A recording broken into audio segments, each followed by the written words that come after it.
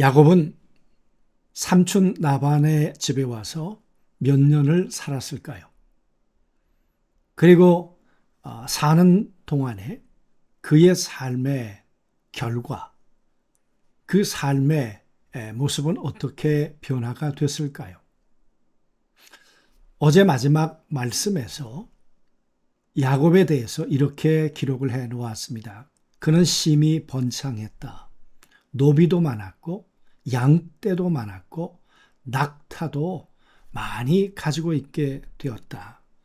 그뿐만 아니라 나귀도 그에게는 아마 적지 않았던 것 같습니다.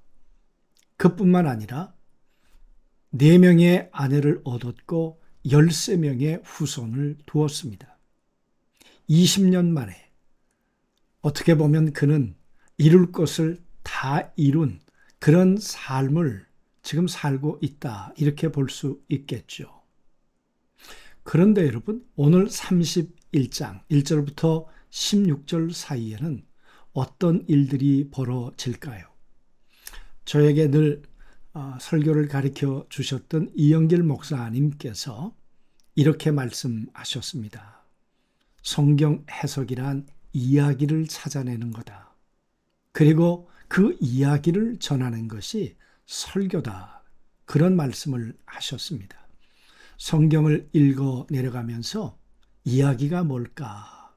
사람의 이야기뿐만 아니라 이 사람과 함께 살아가시는 하나님의 이야기는 과연 무엇일까?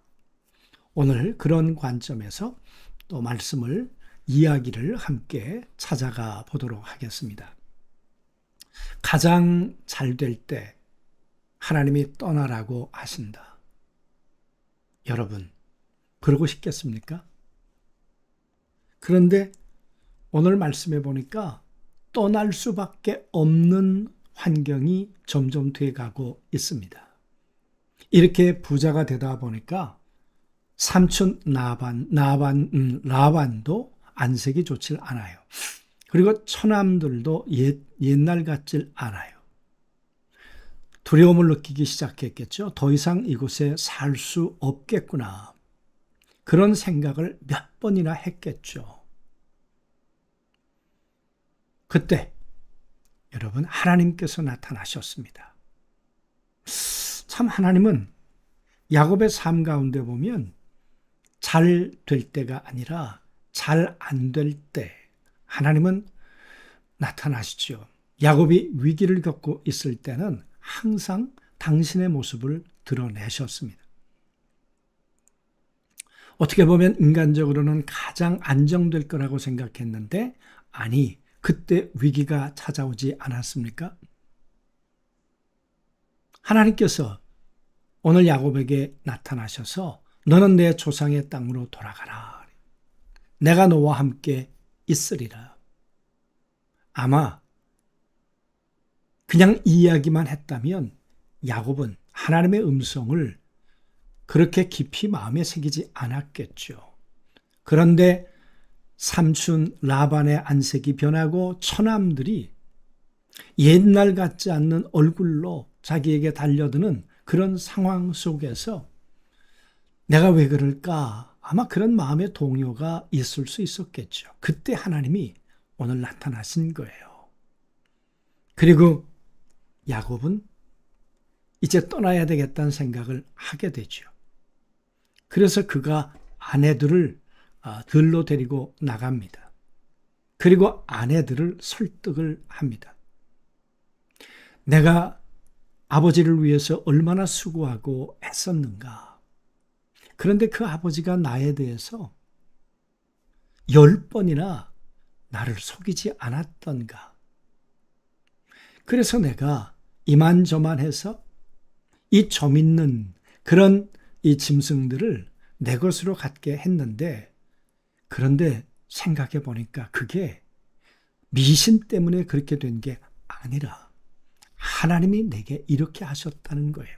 그래서 9절에 보니까 하나님이 이같이 너희 아버지의 가축을 빼앗아 내게 주셨느니라. 야곱은 이제 오늘 되어지는 일을 해석하기 시작을 합니다. 내가 수단을 부려서 이렇게 된 것이 아니고 하나님께서 나에게 이 부를 아버지로부터 삼촌으로부터 뺏어서 내게 주셨구나. 그래서 그 하나님이 말씀하시는데 내가 더 이상 이곳에 머무를 수 없겠다. 그래서 여러분 주의 사자를 통해서 이번엔 말씀하신다 그러셨습니다. 내가 무너질 때 무엇이 보이기 시작하는가? 내가 지켜야 한다는 고집이 무너지고 상황이 아니라 하나님이 보이기 시작하는 거죠. 떠남은 단순한 결단이 아니라 하나님을 인식한 결과이라는 거예요. 나는 베델의 하나님이라 일어나라. 이 땅을 떠나서 내 출생지로 돌아가라. 환경을 흔들어 놓으시고 야곱의 마음의 두려움을 하나님께서 몰아넣으셨죠. 그리고는 하나님의 음성이 들렸을 때 이 모든 것들을 해석해 볼 때 이제는 떠나야 할 때가 됐다. 이런 판단을 내리게 되었다는 거죠. 그러니까 야곱의 움직이는 이 이면에 하나님이 지금 작동되고 계시다 그 말이죠. 나를 빚으시는 손길 앞에서 우리는 어떻게 하나가 되는가? 놀라운 일이 벌어지기 시작했습니다. 떠나겠다고 마음을 먹었는데 경쟁하던 자매가 하나가 됩니다. 개인 중심의 생존에서 하나님의 뜻에 순종하는 공동체로 여러분 이 가족이 변하기 시작한 거예요. 성공을 향하던 발걸음이 언약의 자리로 돌아서게 되었단 말이죠. 그렇게 싸우던 자매가 당신의 하나님의 뜻대로 이제는 행하셔야 합니다. 그래서 말하잖아요. 하나님이 우리 아버지에게 취하여 가신 재물은 우리와 우리 자식의 것이니 이제 하나님이 당신에게 이르신 일을 다 준행하십시오. 그러니까 하나님이 떠나라고 하셨으면 우리도 따라 나설 거니까 하나님의 음성을 듣고 가라는 거죠. 가자는 거죠. 여러분, 왜 들로 조용히 불러서 얘기했겠습니까? 안 떠날 가능성이 있기 때문에 그러지 않았겠습니까? 그런데 그들의 마음까지라도 하나님이 지금 움직여 주셨어요. 하나가 되게 해 주셨어요. 하나님은 우리의 성공을 유지시키는 분이 아니라 그 성공을 해석하는 우리의 존재 방식을 깨트리시는 분이다.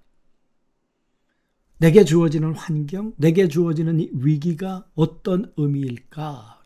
그걸 해석할 수 있는 능력을 주신다 그 말이에요.